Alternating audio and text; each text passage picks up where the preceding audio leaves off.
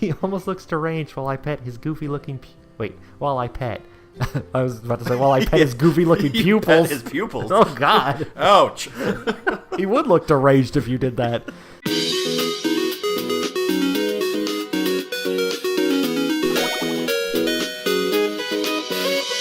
Welcome back. Oh, Jesus, we're starting. Yeah, we're good to I go. was trying to stretch my back because I'm sitting all weird. We're kicking dogs and everything. I'm not Don't give me kicking that dogs. look. Or foxes. Yeah, possibly a fox. I reinforce my gaze with more steel. Orphaned coyote pup. Okay. There you go. Started coming around the camp, and Smith, in his infinite wisdom, decided to feed it. I glance toward the bush again, but by now he's gone, hiding somewhere in the shadows as the sky darkens. I'm right over here. I'll need to set out a dish for him later. Don't. I didn't say anything.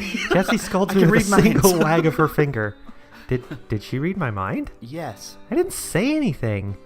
But you thought it, and if you have any sense, you'll... Right in your face. You thought it. I know you thought it. I can see it in your eyes. She pauses, glancing up as the last glimpse of sunlight is snuffed out. I'll lecture you another day, but for now, enjoy my breasts and your back. I have to get back to the station. Before Hernandez eats all the yogurt. You gave him that yogurt.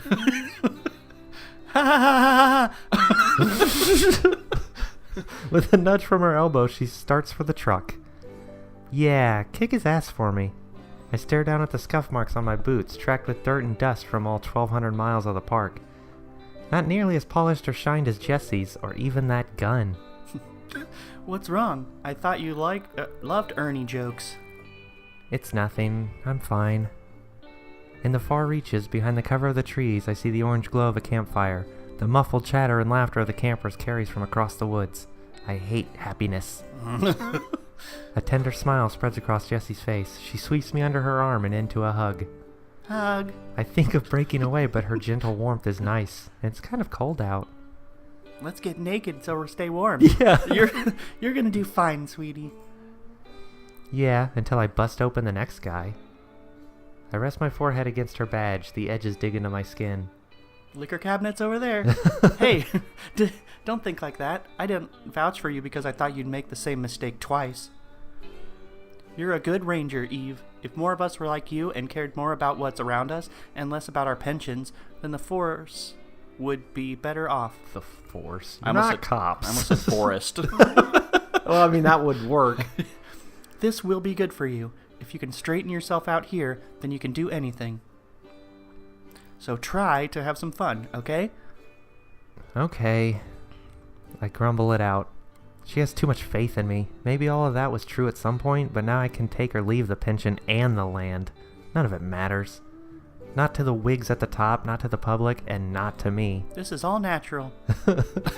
Jessie swings an arm around my shoulder and just sucks me out of the house apparently and walks us to the truck. And besides, I'm just a radio call away if you ever miss me. I'll call every day to check in.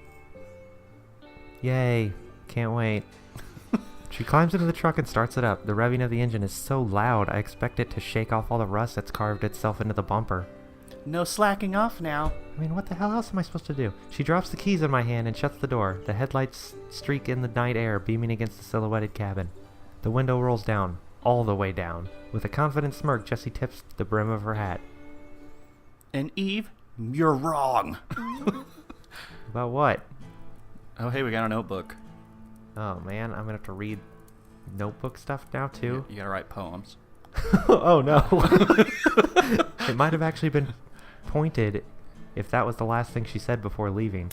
But it hadn't even been 10 minutes when she drove back and barged through the door in a panic.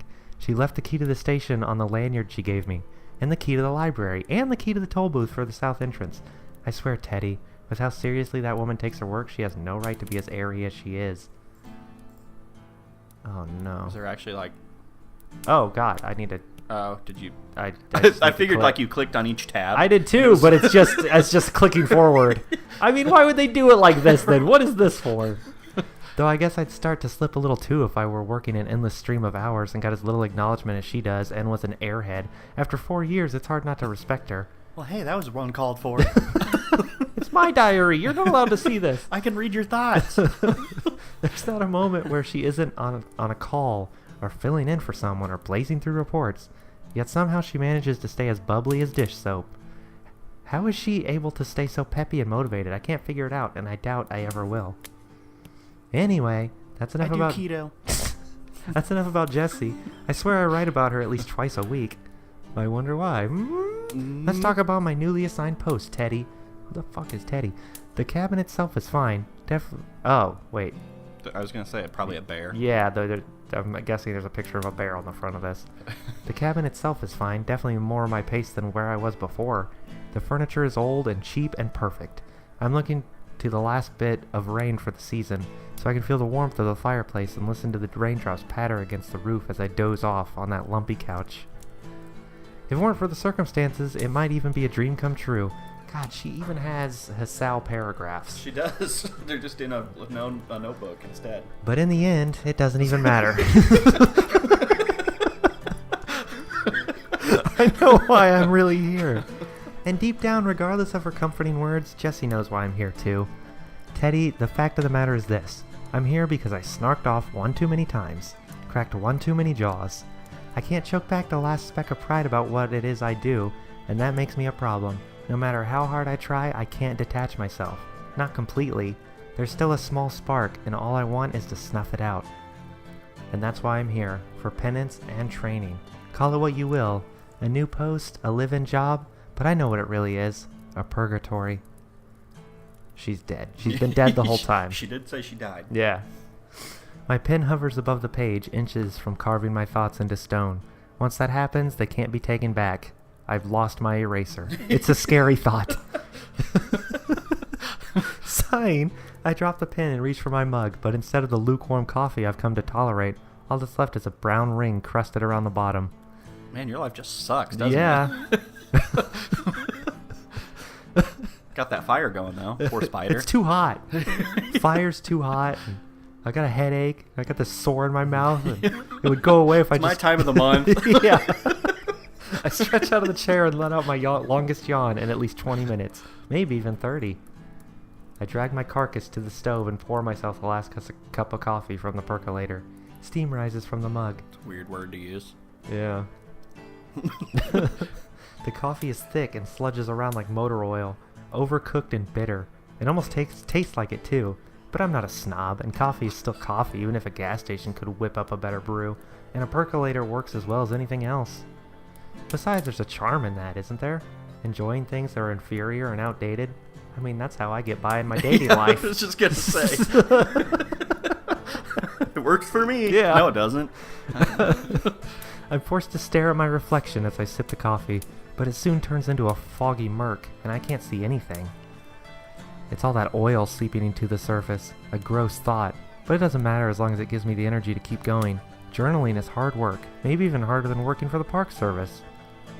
Originally, it was just a way to get out all the energy that was bubbling around inside of me. Butterflies, hopes for the future, dreams of making the park experience even better.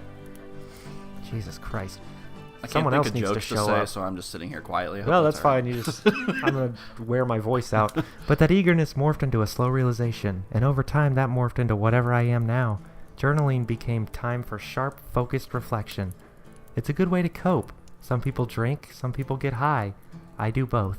I complain about everything to a notebook. By now, I at least have a dozen of them filled out. Teddy, volumes 1 to 12. I like to think they all share the same consciousness.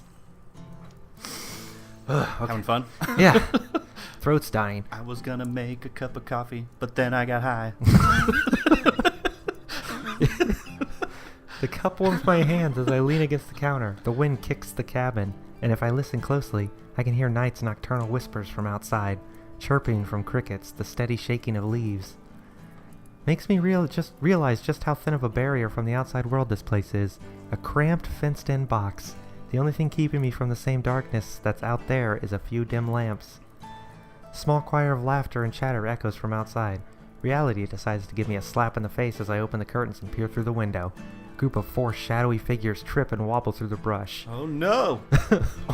One of them falls flat on their face. They laugh even harder than before. Clown zombies! Speaking of needing a barrier from the outside world, I stomp over to the desk and snatch the flashlight. Time to get the gun. As I march over to the door, I remember that I've changed out of my uniform into tattered jeans and a flannel. Hardly authoritarian. Yeah, it's bedtime. Might as well just take it all off. Power Right. move. Go out there with a shotgun and no clothes on. They'll definitely listen. Just like a true American. Yeah. I reach... No, she'd just have to be in like tidy whities and that's it. I reach over to the couch and grab my hat. Better. The brisk air kisses me as I swing open, then switch on the flashlight. I shine the beam right in their faces. She needs a Budweiser hat, though. You got a thing of fucking chewing tobacco in her jaw. They freeze like deer about to be mowed down by an oncoming semi. Their light laughter... Their light laughter? Yes! I was going to say they're lighter. Their laughter quiets into a hushed chuckles, and the only one with half a brain tells them to shut up. One of them stashes a bottle in their coat. The one up front, the smart one, squints at me through the light. His shoulders relax, and he throws me a casual wave. Time to punch his ass. Dumbass camper. Oh, hey, you on break too? Wanna hang?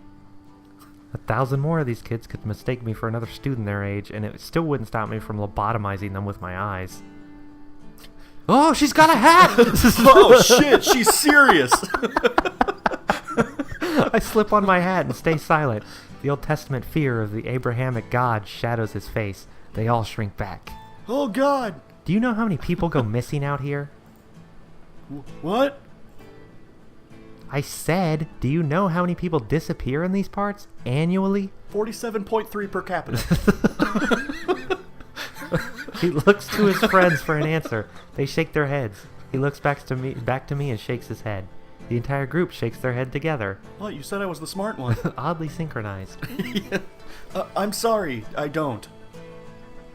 His hands are raised in surrender, the embers of a cigarette glowing between his fingers. Another question! Yes, ma'am. Our voices bounce across the woods. Do you know how much paperwork I have to do if one of you so much steps on a pine cone? Is it a lot? Yeah, I don't do it, but still. His friends nod. He nods back. The pine cone population is dropping drastically because of dumbasses like you. Yeah, a lot. Right?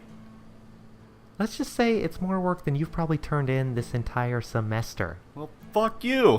That gets a laugh from one of his buddies. He shuts up as soon as I shine the light on him. My eyes! Do me a favor and stumble back to camp, okay? I'd rather not have to explain to my supervisor how you all fell off a cliff. Is that a threat? The two girls hidden behind the others give me dirty looks, sluts. The kind idiots give to fast food workers. What? Wait. Oh, the kind idiots give to fast food workers when they're told that they're out of fries. I turn the flashlight up to the highest setting. They all let out collective groan as they shield their eyes. Go on, you heard me. Back, vampires. You can bum around all you want once the sun comes up. I point the light at the path back and brighten the way. He takes a few steps back and gives me a gracious nod. Sure thing. Sorry for the trouble. Have a good night. He seems like an okay guy. Yeah. I won't, but thanks. They follow the beam of light back to the path. One of them makes sure to flip me off along the way. Switch off the light as they disappear into the brush of trees. I hope they all actually do fall off a cliff. Twerps. As I turn to go inside, a spike of movement rustles in the bushes. Oh shit, I'm falling. I heard nothing. My body goes numb. I freeze, only allowing my eyes to drift over to the source. Nothing. Turning around, I creep forward, reaching for a sidearm that isn't there. Oh, well, why wouldn't you bring that? Just carry it on you at all times. That's the American way. Yeah, that's right. I step onto the dirt, the porch creaking behind me. Then the bush shakes with a surge of movement. Yeah, I figured it was going to be him. Yeah, I mean, duh. Well, a ball of fur explodes Hey, through what's the up? leaves. Its paws scrape the ground before skidding to a stop at my feet. Yep. Yarp! Breathing out a sigh of relief, I bend over to greet my prince. Decided to come back, huh? Couldn't resist my charm? Come to save you. His ears pin back as I scratch the scruff of his neck. I choose you, Evie. Yeah. He almost looks deranged while I pet his goofy-looking... while I pet. I was about to say, while I pet his goofy-looking You pet pupils. his pupils. Oh, God. Ouch. He would look deranged if you did that. Struggling to center with the whiteness of his eyes. I mean, Evie. You're an unbelievably giant dork. An ear Well, flops hey. over. If my heart had strings, you could play the fiddle. You're getting a little weird, lady. She's like cold and callous, but apparently an animal shows up and she's like, I'm in Yeah. love. She is April Ludgate. Sorry, I keep making those references. You've never seen that show, but just trust me on this one. Okay, I believe you. This isn't fair. I might seriously die. I Well, glance over. Let's hope not. Yeah, that'd be a short game. I glance over at the empty food dish near the door. He ate every bite. He has to be sleepy by now. Just look at that belly. It's so round and cute and pink. And Hey, I'm working out. and I'm gonna die from this. I just know I am. It's so amazing. She's gonna turn into like a valley girly Yeah. girl just around the animal. It doesn't take much to coax him in. All I have to do is stand aside and Pup sprints inside on his own, hitting every piece of furniture like a pinball. I usually offer coffee first. Ping, ping, ping, ping, ping, ping. He nearly somersaults across the floor, and my dusty laugh actually gets some use for once. All right, well. Oh. Whoa, Jesus, her hat's alive! We'll venture more into her sentient hat next time. Oh my God, and her unhealthy obsession with this fox pup. Yeah, it's a little weird at times, but hey, whatever. And I'm sure next time we record, her voice will be totally different. Yeah, I probably remember the fox, though. Yeah. Because everybody knows what the fox says. Ha ha ha ha ha ha ha ha ha. Yeah. Is that really what he says? Because I can't remember that song. No, it's like I thought it was like a high pitch. Yeah, that's it. Yeah. There you go. You gotta commit.